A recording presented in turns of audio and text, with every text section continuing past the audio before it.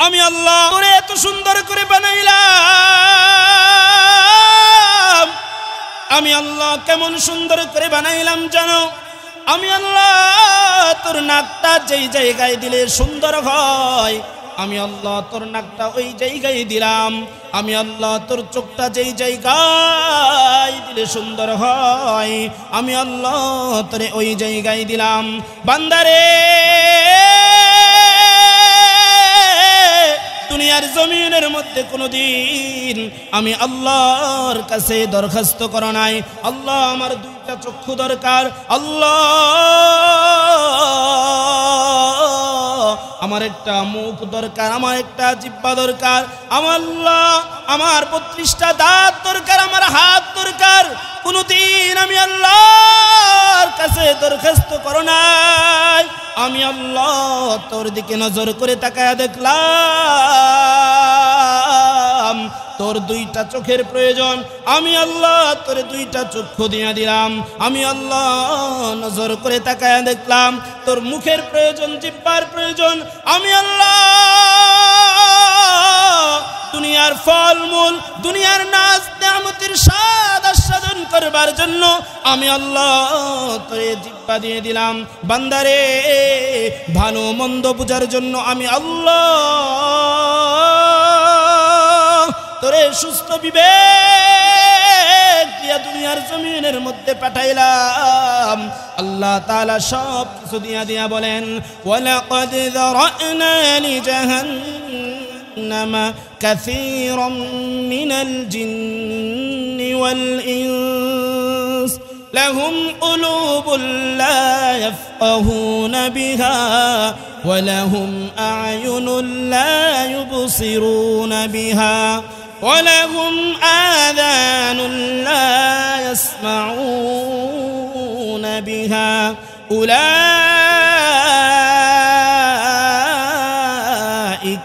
كَالْأَنْعَامِ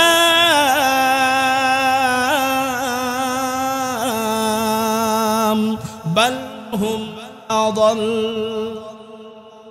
আল্লাহ পাক রব্বুল আলামিন বলেন, বান্দারে, দুনিয়ার জমিনের মধ্যে আমি মানুষ যেমন করে পাঠাইলাম, ঠিক এই রকম ভাবে আমি আল্লাহ পৃথিবীর প্রত্যেকটা মানুষের জন্য একটা করে জান্নাত বানায়া রাখলাম। মুসলমানের জন্য আল্লাহ যেমন জান্নাত বানায়া রাখছে, ফেরাউনের জন্য আল্লাহ তাআলা জান্নাত বানায়া রাখছে, আল্লাহ তাআলা কাফের বেঈমান মুশরিকদের জন্য একটা করে জান্নাত বানাইছে। আল্লাহ তাআলা বলেন, যদি ঈমান আনয়ন করে আমি আল্লাহর একত্ববাদের উপর স্বীকার করে আমি আল্লাহ তাদের জন্য একটা করে জান্নাত বানাইলাম। আর জাহান্নাম কাদের জন্য বানাইলাম জানো? আল্লাহ তাআলা বলেন, জাহান্নাম বানাইলাম আমি যাদেরকে চক্ষু দিলাম দেখার জন্য, আমি যাদেরকে বিবেক দিলাম সঠিকটা বুঝবার জন্য, আমি যাদেরকে সব কিছু নিয়ামত দিলাম আমি আল্লাহর নিয়ামতের শুকরিয়া আদায় করবার জন্য, আমি আল্লাহ তাদেরকে সুস্থ বিবেক দিয়ে পাঠাইলাম যেন বিবেকের মাধ্যমে চিন্তা ভাবনা করে আমি আল্লাহর নৈকট্য হাসিল করতে পারে। ওই সঠিক জিনিসগুলো সঠিক জায়গায় কাজে লাগাইবে না যারা, আমি আল্লাহ জাহান্নাম বানাইলাম তাদের জন্য। দুইজন লোক মৃত্যুবরণ করেছে। দুইজন মৃত্যুবরণ করার পর একজন আরেকজনকে ডেকে ডেকে বলে, ভাই আমরা একই সমাজের মধ্যে বসবাস করেছি, একই সমাজের মধ্যে চলাফেরা করেছি, মসজিদ আজান হয়েছে, তুমিও আজান শুনে মসজিদে গমন করেছো, আর আমিও আজান শুনে মসজিদে গমন করেছি। ফজরে আজান হয়েছে, তুমিও মসজিদে গিয়েছো, আমিও মসজিদে গিয়েছি। জোহরে আজান হয়েছে, তুমিও মসজিদে গিয়েছো, আমিও মসজিদে গিয়েছি। আজান শোনার পর তুমিও নামাজ আদায় করেছো, আমিও নামাজ আদায় করেছি। আজকে তোমার জান্নাত এত স্তর উপরে উঠে গেল, আজকে তোমার জান্নাতটা এত সুন্দর, কিন্তু আমার জান্নাত তোমার থেকেও একটু কম। কারণ কি? কারণ কি? ফেরেশতা ডাক দিয়ে বলে, ভাই,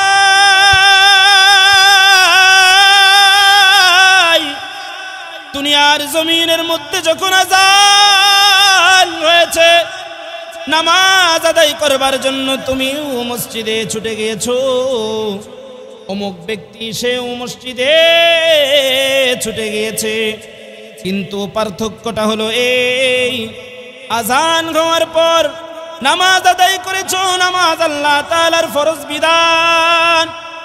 হজ ফরজ হওয়ার পরে হজ করেছো, আল্লাহ তাআলার ফরজ বিধান। যাকাত ফরজ হওয়ার পরে যাকাত দিয়েছো,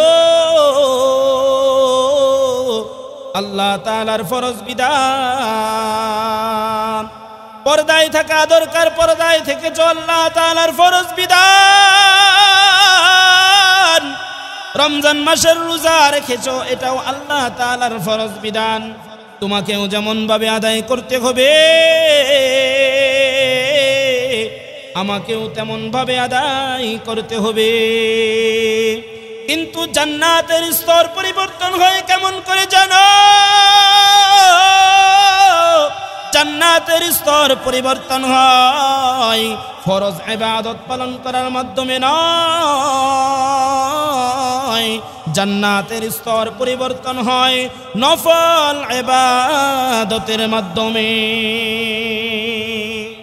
অর্থাৎ দুনিয়ার জমিনের মধ্যে ফরজ ইবাদতের পাশাপাশি যেই বান্দা নফল ইবাদতের মাত্রা যত বেশি বাড়ায় দেয়, তার জান্নাতের স্তর তত উপরে উঠে যায়, সে তত বড় জান্নাত, সে তত দামি জান্নাতের বাসিন্দা হয়ে যায়। এই জন্য মুহতারাম হাজিরিন, আজান হয়ে গেছে, বান্দাগুলো মসজিদে চলে আসছে, নামাজ আদায় করবার জন্য আসছে। কেন আসছে? এই জায়গায় আসার উদ্দেশ্য হলো ফরজ ইবাদতের মাধ্যমে আল্লাহ তাআলার সান্নিধ্য হাসিল হয়। আল্লাহ তাআলার হুকুম অনুসরণ করার কারণে বান্দা আল্লাহ তাআলার কাছে প্রিয় হয়ে যায়। আল্লাহ তাআলার কাছে প্রিয় হওয়ার জন্য যেই বান্দাগুলো আজান হওয়ার পর মসজিদে চলে আসে, ওই বান্দাগুলো এমনি এমনি আসতে পারে না, ওই বান্দাগুলো শক্তির সামর্থ্যের মাধ্যমে আসে নাই, ওই বান্দাগুলো সার্টিফিকেটের ভারে আসে নাই, ওই বান্দাগুলো ক্ষমতার বলে আসে নাই, ওই বান্দাগুলো নামাজ আদায় করবার জন্য তার বাহু বলে আসতে পারে নাই। ওই বান্দাদেরকে নামাজ আদায় করবার জন্য নিয়ে আসছে কে? আরো জোরে আনছে কে? যেই মালিক নিয়ে আসছে আল্লাহ, ওই মালিক কুরআনুল কারীমের মধ্যে বলেন, বান্দারে, দুনিয়ার জমিনের মধ্যে আমি কত মানুষ বানাইলাম, দুনিয়ার জমিনের মধ্যে কত মাখলুক আমি আল্লাহ বানাইলাম, আমি আল্লাহ আসমান বানাইলাম, আমি আল্লাহ জমিন বানাইলাম, আমি আল্লাহ পাহাড় নক্ষত্র তারকারাজি বানাইলাম। সমুদ্রের দিকে নজর করে তাকায় দেখো, আমি আল্লাহ কত বড় বড় প্রাণী সমুদ্রের নিচে বানাইছি, আমি আল্লাহ এই বিশাল আসমান বানাইছি, আমি আল্লাহ কুন ফায়াকুন বললাম, আসমান হয়ে গেছে, আমি আল্লাহ জমিন বানাইলাম, কুন ফায়াকুন বললাম হয়ে গেছে, আমি আল্লাহ পাহাড় নক্ষত্র তারকারাজি বানাইলাম, আমি আল্লাহ কুন ফায়াকুন বললাম হয়ে গেছে। বান্দারে, আমি আল্লাহ তোরে কুন ফায়াকুন বলে বানাই নাই, আমি আল্লাহ তোরে বানানোর জন্য আমার কুদরতি হাত বাড়ায়া দিলাম। কে বানাইছে? কে? আল্লাহ বানাইছে। আল্লাহ বলেন সব কিছু আমি আল্লাহ বলছি আর হয়ে গেছে, বলছি আর হয়ে গেছে। কিন্তু বান্দা তোরে বানানোর ক্ষেত্রে আমি আল্লাহ ফরমান জারি করে বানাই নাই, আমি আল্লাহ হুকুম জারি করে বানাই নাই। আমি আল্লাহ তোরে সময় নিয়ে মুহাব্বত করে আমি আল্লাহ ধীরে ধীরে ধীরে ধীরে তোরে আস্তে আস্তে আস্তে আস্তে নিজের কুদরতি হাত দিয়ে আমি আল্লাহ তোর চেহারা রাখি। আমি আল্লাহ তোরে এত সুন্দর করে বানাইলাম। আমি আল্লাহ কেমন সুন্দর করে বানাইলাম জানো? আমি আল্লাহ তোর নাকটা যেই জায়গায় দিলে সুন্দর হয়, আমি আল্লাহ তোর নাকটা ওই জায়গায় দিলাম। আমি আল্লাহ তোর চোখটা যেই জায়গায় দিলে সুন্দর হয়, আমি আল্লাহ তোরে ওই জায়গায় দিলাম। বান্দারে দুনিয়ার জমিনের মধ্যে কোনোদিন আমি আল্লাহর কাছে দরখাস্ত করা নাই, আল্লাহ আমার দুইটা চক্ষু দরকার, আল্লাহ আমার একটা মুখ দরকার, আমার একটা জিহ্বা দরকার, আমার আল্লাহ আমার 32টা দাঁত দরকার, আমার হাত দরকার। কোনোদিন আমি আল্লাহর কাছে দরখাস্ত করো নাই। আমি আল্লাহ তোর দিকে নজর করে তাকায়া দেখলাম তোর দুইটা চোখের প্রয়োজন, আমি আল্লাহ তোর দুইটা চক্ষু দিয়া দিলাম। আমি আল্লাহ নজর করে তাকায়া দেখলাম তোর মুখের প্রয়োজন, জিহ্বার প্রয়োজন, আমি আল্লাহ দুনিয়ার ফলমূল, দুনিয়ার নাজ নেয়ামতের স্বাদ আস্বাদন করবার জন্য আমি আল্লাহ তোরে জিহ্বা দিয়ে দিলাম। বান্দারে ভালো মন্দ বুঝার জন্য আমি আল্লাহ তোরে সুস্থ বিবেক দিয়া দুনিয়ার জমিনের মধ্যে পাঠাইলাম। আল্লাহ তাআলা সব কিছু দিয়া দিয়া বলেন, ওয়ালাকাদ যারানা লিজাহান্নামা কাসীরাম মিনাল জিন্নি ওয়াল ইনস লাহুম কুলুবুন লা ইয়াফকাহুনা বিহা ওয়া লাহুম আ'য়ুনুন লা ইউবসিরুনা বিহা ولهم آذان لا يسمعون بها أولئك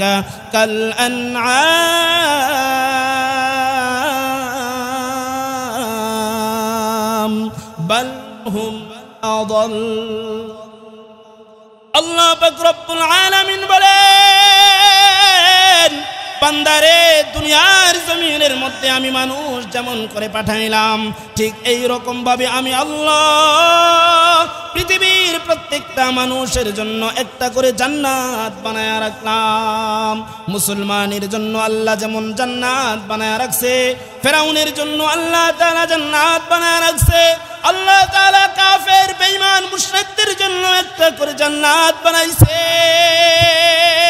আল্লাহ তাআলা বলেন, যদি ঈমান আনয়ন করে আমি আল্লাহর একত্ববাদের উপর স্বীকার করে আমি আল্লাহ তাদের জন্য একটা করে জান্নাত বানাইলাম। আর জাহান্নাম কাদের জন্য বানাইলাম জানো? আল্লাহ তাআলা বলেন, জাহান্নাম বানাইলাম আমি যাদেরকে চক্ষু দিলাম দেখার জন্য, আমি যাদেরকে বিবেক দিলাম সঠিকটা বুঝবার জন্য, আমি যাদেরকে সব কিছু নিয়ামত দিলাম আমি আল্লাহর নিয়ামতের শুকরিয়া আদায় করবার জন্য, আমি আল্লাহ তাদেরকে সুস্থ বিবেক দিয়ে পাঠাইলাম যেন বিবেকের মাধ্যমে চিন্তা ভাবনা করে আমি আল্লাহর নৈকট্য হাসিল করতে পারে। ওই সঠিক জিনিসগুলো সঠিক জায়গায় কাজে লাগাইবে না যারা, আমি আল্লাহ জাহান্নাম বানাইলাম তাদের জন্য। কাদের জন্য? আল্লাহ বলেন, আমি এই জিনিসগুলা দিলাম যেই কাজে ব্যবহার করতে, ওই কাজে যদি ব্যবহার না করে তাহলে আমি তাদের জন্যই বানাইলাম জাহান্নাম। আল্লাহ পাক রব্বুল আলামিন বলেন, বান্দারে আমি আল্লাহ সব কিছু দুনিয়ার জমিনের মধ্যে দিলাম বান্দা তোমার খেদমতের জন্য, আর তোমারে বানাইলাম আমি আল্লাহর ইবাদতের জন্য। মুহতারাম হাজিরিন, আল্লাহ পাক রব্বুল আলামিন আপনাকে আমাকে দুনিয়ার জমিনের মধ্যে পাঠাইছেন আপনার চাইতে আমার চাইতে অনেক ভালোভাবে শক্তিশালী করে, অনেক ধৈর্যশীল অনেক শক্তিশালী রূপে আল্লাহ তাআলা অন্য প্রাণীদের দুনিয়ার জমিনে পাঠাইছেন। কিন্তু আল্লাহ পাক রব্বুল আলামিন ওই সমস্ত প্রাণীদেরকে শ্রেষ্ঠত্ব ঘোষণা করে নাই, কিন্তু আল্লাহ পাক রব্বুল আলামিন আপনাকে আমাকে দুনিয়ার জমিনের মধ্যে পাঠাইয়া আল্লাহ তাআলা কসম করে বলতেছেন, সব থেকে সুন্দর করে তোরে বানাইলাম। দুনিয়ার জমিনের মধ্যে আমরা যখন কসম খেয়ে কথা বলি, কি খেয়ে? কসম খেয়ে কথা বলি, তখন ওই কসম খাওয়ার গুরুত্ব কম হয় না বেশি হয়? বেশি হয়। তো কসম কোন জিনিসের খাই? যেই জিনিস আমাদের কাছে যত বেশি দামি ওই জিনিসের কসম আমরা তত বেশি খাই। আমরা অনেক সময় বলি মায়ের কসম, বাবার কসম, মায়ের দুধের কসম, আল্লাহর কসম, কোরআনের কসম, বলি কিনা ভাই? আল্লাহ পাক রব্বুল আলামিন কোন কথা যদি বলেন কসম খেয়ে বিশ্বাস করানোর প্রয়োজন হয় না। আল্লাহ পাক রব্বুল আলামিনের কথা সত্য প্রমাণ হওয়ার জন্য কসমের প্রয়োজনীয়তা নাই। এরপরেও যেহেতু মানুষের স্বভাব কসমওয়ালা কথা বিশ্বাস করে বেশি, আল্লাহ পাক রব্বুল আলামিন সূরা ৩ এর মধ্যে কসম খেয়ে কথা বলেন। আল্লাহ তাআলা বলেন, ওয়াত-তিন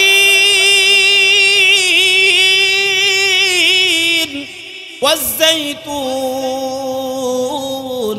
ওয়া তুরি সিনিন ওয়া হাযাল বালাদিল আমিন। আল্লাহ পাক রব্বুল আলামিন বলেন, বান্দারে পৃথিবীর জমিনের মধ্যে আমি আল্লাহ তোরে পাঠাইলাম। কেমন করে পাঠাইছি জানো? আমি আল্লাহ তোরে দুনিয়ার মধ্যে সব থেকে শ্রেষ্ঠ করে পাঠাইলাম। আল্লাহ বলেন, ওয়াত-তিন, ৩ ফলের কসম।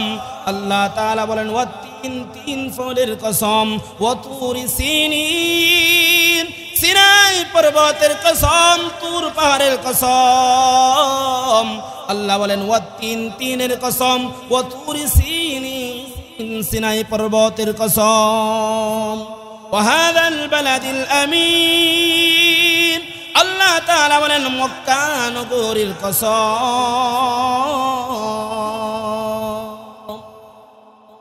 4 জায়গায় আল্লাহ তাআলা কসম করে বলতেছেন, ওয়াত-তিন, ৩ ফলের কসম। ওয়াজ-যাইতুন, যাইতুন ফলের কসম।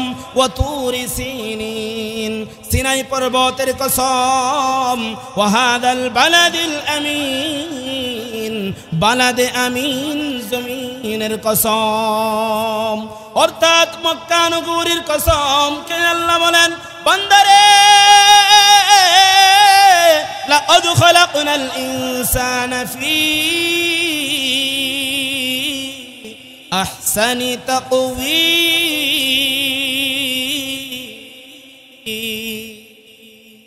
আল্লাহ বলেন ৩ ফলের কসম, যাইতুন ফলের কসম, সিনাই পর্বত, তুর পাহাড়ের কসম, বালাদে আমিন জমিন অর্থাৎ মক্কা নগরীর পবিত্র জমিনের কসম। লাকাদ খালাকনাল ইনসানা ফি আহসানি তাকওয়ীম, আমি মানুষকে সবথেকে সুন্দর করে বানাইছি। বলেন না আল্লাহু আকবার। সব থেকে সুন্দর করে বানাইছে কথা কার? কথা আল্লাহ। আবার অন্য এক আয়াতের মধ্যে আল্লাহ বলেন,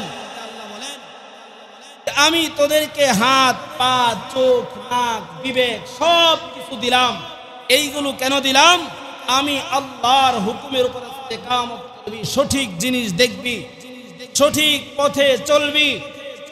এইগুলো যদি যারা চলতে না পারে, তাদের অঙ্গ প্রত্যঙ্গগুলোকে যদি সঠিক কাজে ব্যবহার করতে না পারে, তাদের জন্য আল্লাহ তাআলা রাখছেন জাহান্নাম।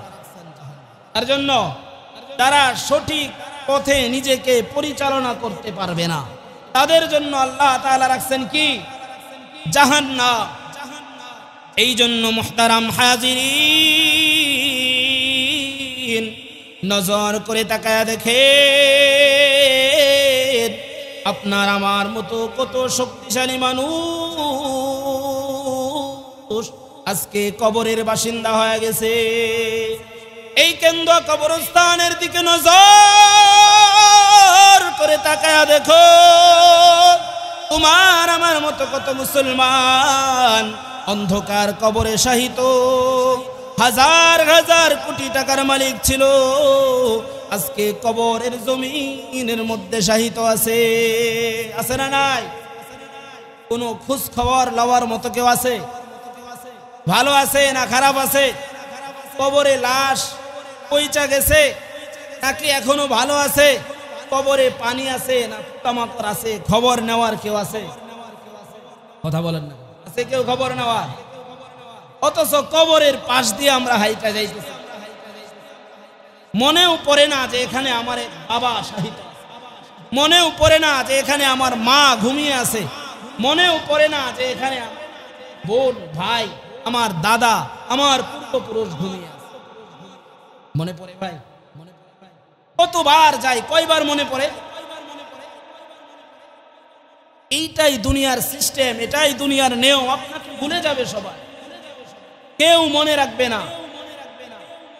এই জন্য আপনাকে আমাকে মৃত্যুর প্রস্তুতি নিয়ে যাওয়া লাগবে। কি নিয়ে যাওয়া লাগবে? মৃত্যুর প্রস্তুতি নিয়ে যাওয়া লাগবে। কারণ যেহেতু আপনাকে আমাকে কবরে যাইতেই হবে, এই জন্য আপনার আমার প্রস্তুতি গ্রহণ লাগবে। তো প্রস্তুতি গ্রহণ করব কোথায়? দুনিয়ার জমিনে। কোথায় প্রস্তুতি গ্রহণ করব? দুনিয়ার জমিনের মধ্যে প্রস্তুতি গ্রহণ করব।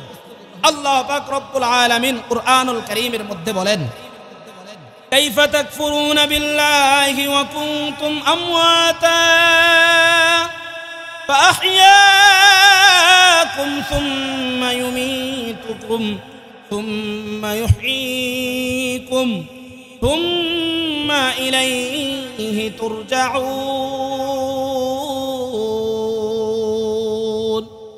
আল্লাহ পাক রব্বুল আলামিন বলেন, বান্দারে, এমন একটা সময় ছিল যেই সময় তোমার কোনো অস্তিত্ব ছিল না, তোমার কোনো কিছুই ছিল না। আমি আল্লাহ তোমারে সব কিছু দিলাম। বান্দা, তোমার ভিতরে রূহ ছিল না, আমি আল্লাহ তোমারে রূহ দিলাম।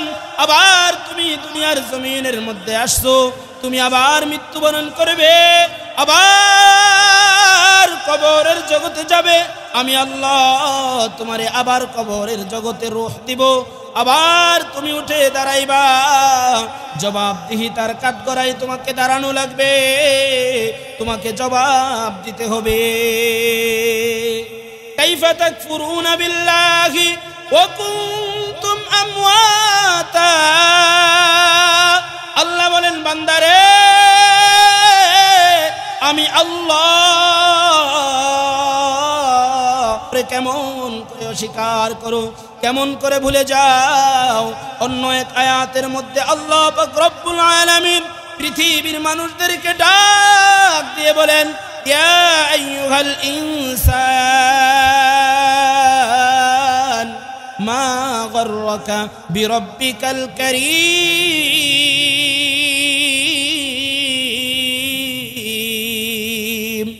আল্লাহ পাক রব্বুল আলামিন বলেন, ইয়া আইয়ুহাল ইনসান, হে পৃথিবীর মানুষ, মা গররাকা বিরব্বিকাল কারীম, আমার মতো রব থেকে তোমারে কোন জিনিস দূরে সরায়া দেয়? আমার মতো রব, যেই রব তোমারে সব দিলাম, তোমার কিচ্ছু ছিল না। আমার মতো মহিমান্বিত মহিয়ান গরিয়ান সর্বশক্তিমান রব থেকে দুনিয়ার কোন মায়া, দুনিয়ার কোন মোহাব্বত তোমারে দূরে সরায়া দেয়? কোন মায়া? কারণ দুনিয়ার মায়া তো তোমারে গুনাহের দিকে ধাবিত করে, দুনিয়ার মোহাব্বত তো তোমারে জাহান্নামের দিকে নিয়ে যায়, দুনিয়ার মোহাব্বত তো তোমাকে পথ ভ্রষ্টতার দিকে নিয়ে যায়। তো আমি আল্লাহ তোমারে সব দিলাম, তোমার কিচ্ছু ছিল না, এরপরেও আমার মতো রব থেকে কোন জিনিস দূরে সরায়? আমরা দুনিয়ার জমিনের মধ্যে দেখি সাধারণ কোনো কিছু কেউ যদি উপকার করে আমরা তার পিছু ছাড়ি না, কারণ সে আমার কি করছে? উপকার করছে। আমার মালিক আমাকে চাকরি দিয়েছে, মাসে 10,000 টাকা বেতন, মালিকের কথার অবাধ্য আমরা হই না, কারণ সে আমাকে দিয়েছে, চাকরি দিয়েছে, এই জন্য মালিকের কথার অবাধ্য হই না। তো আপনার আমার রূহ দিছে কে? আরো জোরে দিছে কে? আপনার আমার সুস্থতা দিছে কে? আপনাকে আমাকে সুস্থ বিবেক দিয়ে পাঠাইছে কে? আপনার আমার শক্তি সামর্থ্য দিছে কে? যেই আল্লাহ আপনাকে আমাকে সুস্থতার সাথে দুনিয়ার জমিনে পাঠাইছেন, ওই আল্লাহ দুনিয়ার জমিনে অগণিত মানুষ বানাইছেন যাদের চোখে দেখার ক্ষমতা নাই, আছে না নাই? তাদেরকে মানুষ অন্ধ বলে ডাকে, আপনাকে আমাকে আল্লাহ তাআলা 2টা চক্ষু দিয়েছে। অগণিত মানুষ দুনিয়ার জমিনের মধ্যে আছে যারা কানে শুনে না, তাদেরকে বানাইছে কে? আল্লাহ। আপনাকে আমাকে আল্লাহ তাআলা চাইলে অধীর বানায়া পাঠাইতে পারতেন কিনা? বানাইছে? কয়রা বানাইছে? অন্ধ বানাইছে, লুলা বানাইছে, ল্যাংড়া বানাইছে, সুস্থতার সাথে বানায়া পাঠাইছে। এমনি মালিকের সাধারণ 10,000 টাকার চাকরি এমনি দেয় না, সকাল 8টা থেকে বিকাল 5টা পর্যন্ত শ্রম দিতে হয়, কাজ করতে হয়, পরিশ্রম করতে হয়, এরপর 10,000 টাকা। তো যেই আল্লাহ এত কিছু আপনারে আমারে দিল, এমনিই দিছে? হ্যাঁ, কথা বলেন না, এমনিই দিছে না? আল্লাহ তাআলার কিছু হক আছে, হক আছে। আল্লাহ বলেন এমনি এমনি দেই নাই, দেওয়ার কারণ আছে। কারণ কি? দুনিয়ার জমিনের মধ্যে গিয়ে আমি আল্লাহর ইবাদত করবা, আমি আল্লাহর একত্ববাদের স্বীকার করবা, আমি আল্লাহর গুণগান গাইবা, আমি আল্লাহর হুকুমের উপর ইস্তেকামত থাকবা, তাহলে আমি আল্লাহ তোমাদের জন্য জান্নাত রেডি করে রাখলাম। জান্নাত সব কিছু দিছি আমি আল্লাহ, এগুলো দিয়া আমি আল্লাহর হুকুমগুলো মেনে চলবা, পুরস্কার হিসাবে পাবা মৃত্যুর পর জান্নাত। জান্নাত, ওই জান্নাত দরকার আছে না নাই? ওই জান্নাত কামাই করার সুযোগ হচ্ছে দুনিয়ার জমিন। আর দুনিয়া উমাজরাতুল আখিরাহ, দুনিয়া হচ্ছে আখিরাতের জন্য কি? শস্য ক্ষেত স্বরূপ। এখানে আপনি চাষাবাদ করবেন তো ভালো ফসল আপনি আখিরাতে গিয়ে পাবেন। এখানে যদি আপনার চাষাবাদ খারাপ হয় তো ফসল খারাপ হবে। এখন আপনি আমি কয়জন আছি যে জান্নাতের চাষ, আখিরাতের চাষ দুনিয়ার জমিনে করতেছি? দুনিয়ার জমিনে দুনিয়া নিয়ে ব্যস্ত, আখিরাত ভুলেই গেছি। আপনার আমার যে মৃত্যুবরণ করা লাগবে এটা ভুলে গেছি। আপনার আমার যে আল্লাহর রাসূলের কাছে জবাব দিতে হবে, আল্লাহর রাসূলের সুন্নতকে আমরা ভুলে গেছি। আল্লাহর রাসূলের এই দেখানো পদ্ধতি আমরা হারিয়ে ফেলেছি। খবর নাই আজকে সাহাবায়ে কেরামের জামানায় কোনো বিপদের সম্মুখীন যখন হইতো তখন সাহাবায়ে কেরাম আল্লাহর রাসূলের শরণাপন্ন হইতো, আর আমরা যখন বিপদের সম্মুখীন হই তখন নেতার শরণাপন্ন। কুরআন হাদিসকে মাইনাস করে আমরা আমাদের সমস্যার সমাধান খুঁজি, কিন্তু মুসলমান তো সমস্যার সমাধান খুঁজবে কোরআন এবং হাদিসের মাধ্যমে। কি বলেন? খুঁজি আমরা? খুঁজি, বিপদে পড়লে খুঁজি, ঝগড়া লাগছে, বউ ছাইরা দিছে, তখন খুঁজি কোরআন আর হাদিস। বলেন খুঁজি না?